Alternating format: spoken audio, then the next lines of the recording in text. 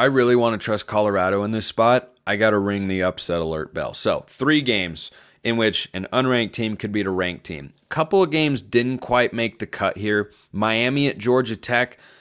Cam Ward is playing way too well. Way too well.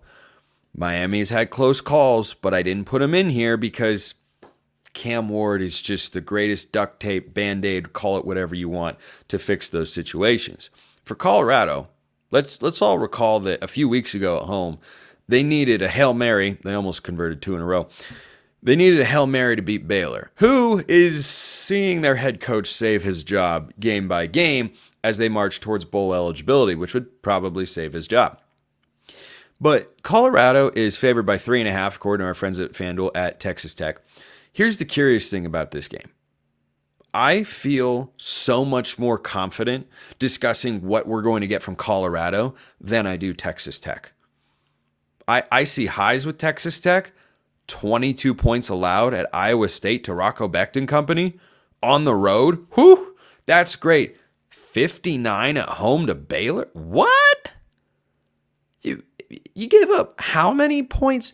Abilene Christian scored 51 on your home field. Wait, how does that? I don't understand. That's because it doesn't make any sense. The up and down nature, this game will come down. I don't have a pick just yet, but this game will absolutely come down to Texas Tech's defense. And the fact that they can play so well on the road at times at Arizona, 22 points allowed. Now, is Arizona good? No. Turns out they're very much not any good. But the up and down nature makes me go, I don't know which Texas Tech team I'm getting. I think I know what I'm getting from Colorado. That doesn't mean I love it and think it can win the Big 12. And they have to win this game if they want to keep their Big 12 title hopes alive. But for all you Colorado haters out there, and I've been called that before, it's just patently ridiculous, of course. But for all you anti-Colorado, anti-Deion people out there, you better hope that Colorado loses his football game. Because Utah, Kansas, and Oklahoma State are not providing the sorts of threats that they looked to be on paper before the season began. And Colorado could end the year 10-2 with 1 loss in conference play. They still need help to make the Big 12 championship game, but help could very well be underway. So I think Colorado's been a much more consistent team this year than Texas Tech. So that's what I wonder about in this game. That's the first thing. Here's the second game. Here's the second game I've got upset alert. We're not even moving out of this conference because the Chaos Conference, that's what the Big 12 is, like the Joker, Heath Ledger Joker, Agent of Chaos, Big 12, Conference of Chaos. See? There we go. Iowa State is at Kansas this week. Now, allow me to just paint a little bit of a picture for you here. Iowa State is number 17 in the country. They're going to Kansas, who's 2-6. 2-6 Kansas.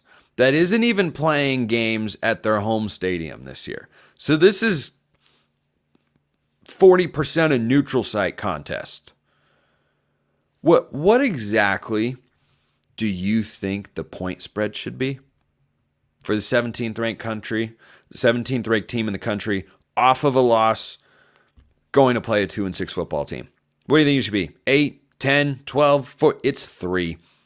It's 3. There are moments throughout a college football season when Vegas tries to send you a message. I am so considering Iowa State to get upset this week by the Kansas Jayhawks because, number one, it's the Chaos Conference. And number two, that line is shockingly small. That line set off alarm bells in my head immediately of up, hold on. Vegas knows something. Reminiscent of Washington hosting Michigan earlier this year. Michigan was number 10 in the country at the time, and Washington was favored by 2.5. And you went, wait, is that right? Can you really? Kansas not an outright favorite here.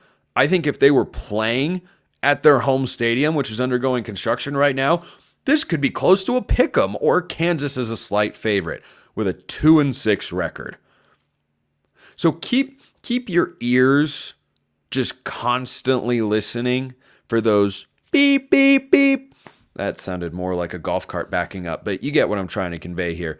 The alarm for Iowa State, a game that, look, if you're a Colorado fan, going back to the bus for a moment, you are such a big Kansas Jayhawk fan. You would love nothing more. Colorado watched Houston win last week, and they were jumping for joy. They should have been out partying as if the football team had just won a game because they might as well have. Colorado was absolutely a lean win vibe for me last week, despite being on a bye, which is usually a no vibe special. But they got tremendous help. Iowa State loses to Texas Tech, who's already got 2 losses, and Colorado plays them this week. And Kansas State loses to Houston? I mean, are you kidding me?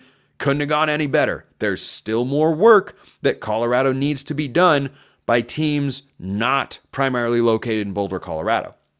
And of course, the Buffs have to go into Lubbock and win the football game this week.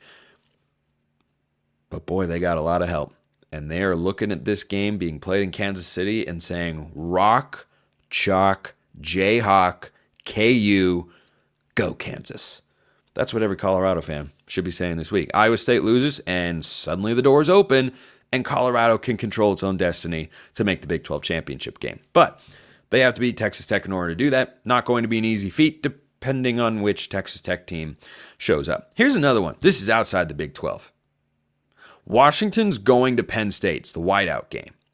Ohio State should have been the whiteout game. It should have been under the lights, but Big Noon really wanted to do that game, and the ESPN College Game Day crowd, let's just say, let their sentiments be known about how they felt about that, and I wholeheartedly agree with them. Penn State, Ohio State was a great game. Should have been under the lights. Should have been the whiteout, but it wasn't because television networks are not always, and in fact rarely are actually acting in the best interest of you, the college football fans, which I think is too bad because fans are what make the sport great, but I digress. Penn State's 2-touchdown favorite against Washington this week. Don't know if the Huskies can go get it done, but boy, they can put a scare into Penn State. So if you want a transitive property reason, here's one. USC was beating Penn State 20-6, and Penn State came back to win. Washington just beat USC. So at the very least, Washington's in the same vein as USC. I think everybody agree with that particular statement. So if USC can go toe-to-toe with Penn State, why can't Washington? Yeah, it's going to be an incredibly difficult environment. Washington has a tendency of self-inflicted wounds. If they stay away from that, they are really actually pretty good on offense. And they're pretty darn good on defense too. And Penn State's a good team. They are not a great team.